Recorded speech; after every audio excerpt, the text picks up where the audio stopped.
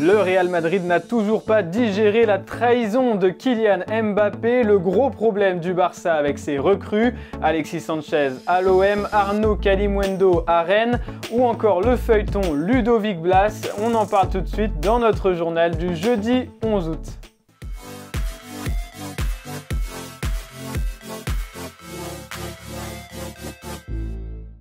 Premier match officiel et déjà un premier trophée pour le Real Madrid. Le club madrilène a commencé la nouvelle saison comme il avait terminé la précédente en remportant la Super Coupe d'Europe hier soir face à l'Eintracht Francfort.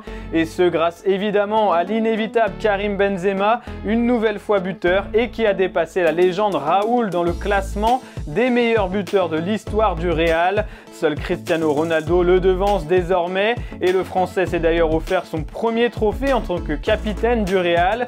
Avec un palmarès XXL et des buts à l'appel, le Ballon d'Or 2022 semble promis à Karim Benzema. La liste des nommés sera révélée demain et le trophée remis le 17 octobre prochain.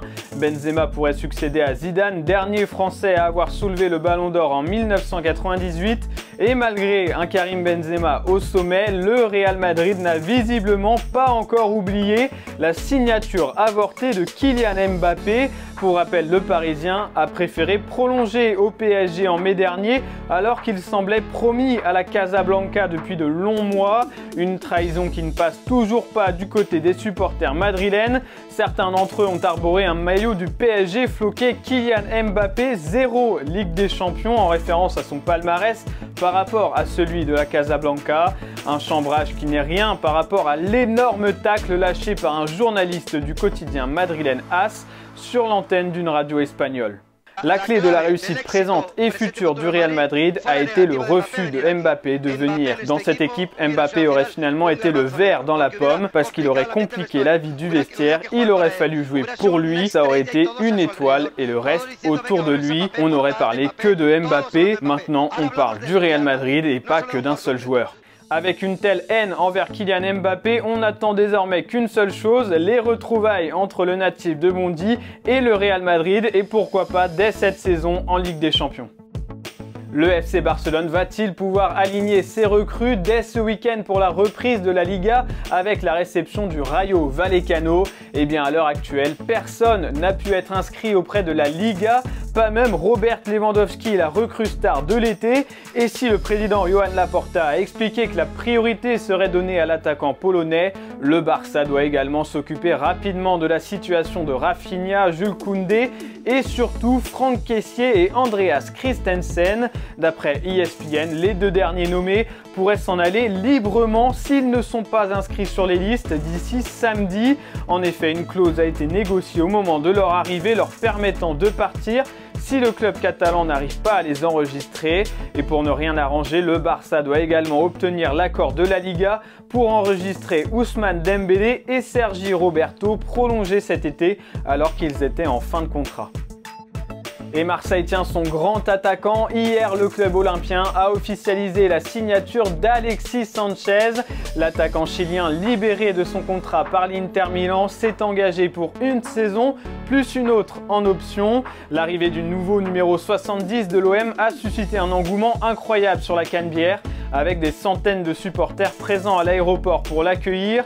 Présenté dans la foulée à la presse, Alexis Sanchez n'a pas caché ses grandes ambitions avec l'OM. Creo que lo que me han comentado que es un equipo que tiene mucha historia, el más grande de Francia, el único equipo que ha ganado la Champions y no gana el campeonato hace 10 años creo yo.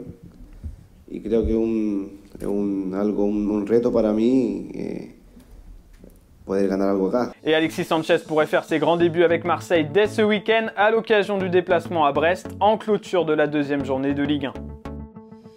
Et le PSG va se séparer dans les prochaines heures d'Arnaud Kalimuendo, faute d'avoir pu trouver une porte de sortie aux indésirables de son effectif comme Mauro Icardi, Ander Herrera ou encore Julian Draxler. Le club de la capitale va sacrifier son jeune attaquant très prometteur.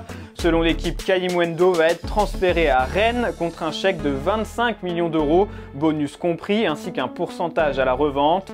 Une belle somme qui va permettre au PSG de débloquer la suite de son mercato avec notamment un défenseur central supplémentaire. Outre la priorité Milan Skriniar, Paris pense à Mohamed Simakan, joueur du Red Bull Leipzig en Allemagne. Au milieu de terrain, la prochaine recrue devrait être Fabian Ruiz, le milieu du Napoli, qui aurait déjà un accord contractuel avec le PSG, reste désormais à convaincre son club. De son côté, Kalimundo va donc rejoindre le Stade Rennais où il formera une attaque de choc avec Gaëtan Laborde et Martin Terrier. Et le feuilleton qui agite le mercato en ce moment en Ligue 1 concerne l'avenir de Ludovic Blas, le milieu de terrain offensif du FC Nantes, qui sort d'une très grosse saison ponctuée par une victoire en Coupe de France, se verrait bien ailleurs et notamment du côté de Lille où il a été séduit par le projet de Paulo Fonseca malgré l'absence de Coupe d'Europe cette saison.